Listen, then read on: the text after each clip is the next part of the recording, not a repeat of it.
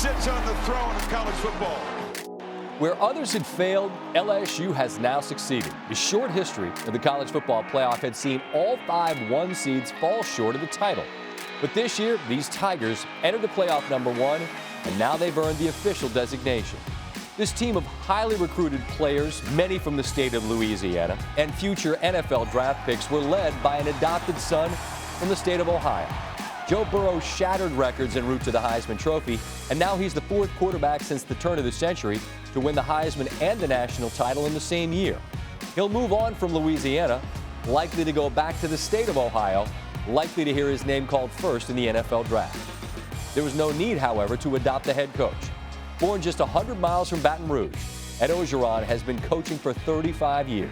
He's served on the staffs of championship head coaches like Jimmy Johnson, Dennis Erickson, Pete Carroll, Sean Payton, and Les Miles. Now he's this year's AP Coach of the Year, and he'll be celebrated in what he calls the great state of Louisiana forever, as a once nomadic coaching career has led him home to celebrate his greatest coaching accomplishment, his finest hour. The ravenous fan base in Baton Rouge will see some of the championship players move on and some return as upperclassmen. But Ed Orgeron will remain, continuing to carve his culture into the program. Coach O likes to name the days of his practice. And what does he call Monday? Tell the Truth Monday. Tell the Truth Monday. Always love Tell the Truth Monday, especially when we win. The truth this Monday is that the LSU Tigers are national champions.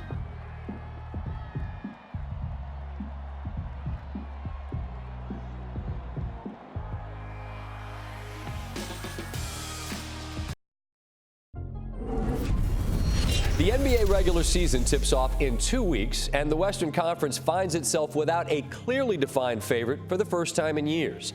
5-time conference champion Golden State took its lumps both on the injury front and in free agency, and they face low expectations from ESPN's Basketball Power Index. 7th in the West in wins, a 4% chance to win the conference title, and just a 1.4% chance to win the title. Why the drop-off? Well, look no further than Los Angeles and their division rivals alone. Kawhi Leonard arrives to play with the Clippers along with Paul George. Pretty cool. Pretty damn cool. Woo! Anthony Davis got his wish, teaming up with LeBron on that other team in L.A. Calm down, Laker fans.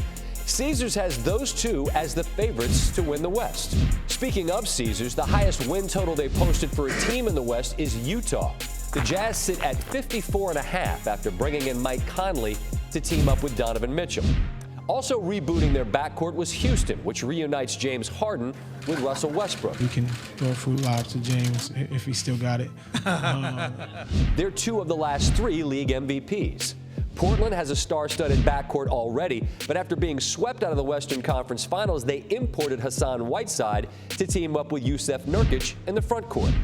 Denver was the 2 seed in the West, and with the youngest roster in the conference, resisted any urge to shake things up, and we get back to where we began with Golden State. The prognosticators might not love their chances to get back to the finals, but it won't be because Steph Curry can't carry them. Caesars lists him as the 9-2 favorite to win the league MVP, which places him atop all other players in the West. And would it really be a surprise to see him shoot his way to the top of this unpredictable conference? If nothing else, you know one thing, he's going to let it fly.